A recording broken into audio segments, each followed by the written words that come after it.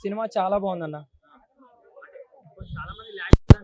Lag ఏం లేదన్న. అన్న ఇప్పుడు ఒక సినిమా ల్యాగ్ అంటే ఎప్పుడు ఉంటది?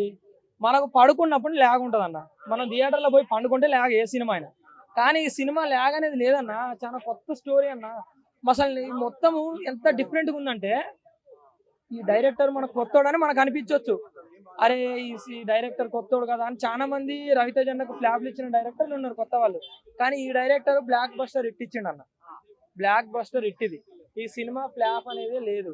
నిజం చెప్పాలంటే ఫైట్స్ అయితే హాలీవుడ్ రేంజ్ లో ఏ మాత్రం తీయలే అన్న సినిమాకి. స్క్రీన్ ప్లే అయినా అన్న ఈ సినిమాలో అసలు వంక పెట్టడానికి ఏం లేదన్న. మనం ఈ సినిమా చూడని అయితేనే ఈ సినిమా బాగాలేదని చెప్తాడు.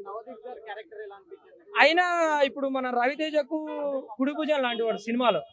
సినిమా ఏంటంటే ఒక విధ్వంసం 3 గంటలు థియేటర్లో సృష్టించి వెళ్ళిపోయింది. మళ్ళీ కొన్ని రోజుల తర్వాత మళ్ళీ పార్ట్ 2గా వస్తుంది. డైరెక్టర్ కొత్తోడు లేకపోతే అతనికి ఎక్స్పీరియన్స్ లేదు అని మనం అనుకోవడం చాలా తప్పన్న. ఎందుకంటే కొత్త డైరెక్టర్లకు కూడా ఛాన్స్ ఇవ్వడంలో రవితేజ నెంబర్ 1 పొజిషన్లో ఎనీ టైం ఉంటాడు మనకు తెలుసు.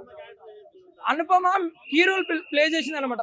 ఇప్పుడు మన క్యాజువల్ గా ఒక హీరోని చూడాలంటే ఒక 10 నిమిషాలు పడుతుంది ఏ సినిమా. ఎందుకంటే మిగిలిన ఎలివేషన్ ఏంటి. రవితేజ చూడడానికి మాకు 50 నిమిషాలు పట్టింది.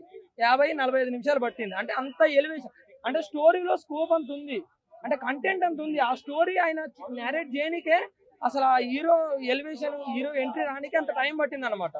సో అది సినిమా అంటే. మనం చూడాలంటే 2 విధాలుగా చూడవచ్చు అన్న. ఒకటి ఇష్టం లేకుండా వెళ్ళాం అనుకో నీకు ఎంత మంచి సినిమా కూడా నచ్చదు. ఇంక్లూడ్ సలార్ కూడా నచ్చదు అన్న. 5కి 5 అన్న అవుతా. ఇంకా 5కి మనం 10 ఇచ్చినా తక్కువే.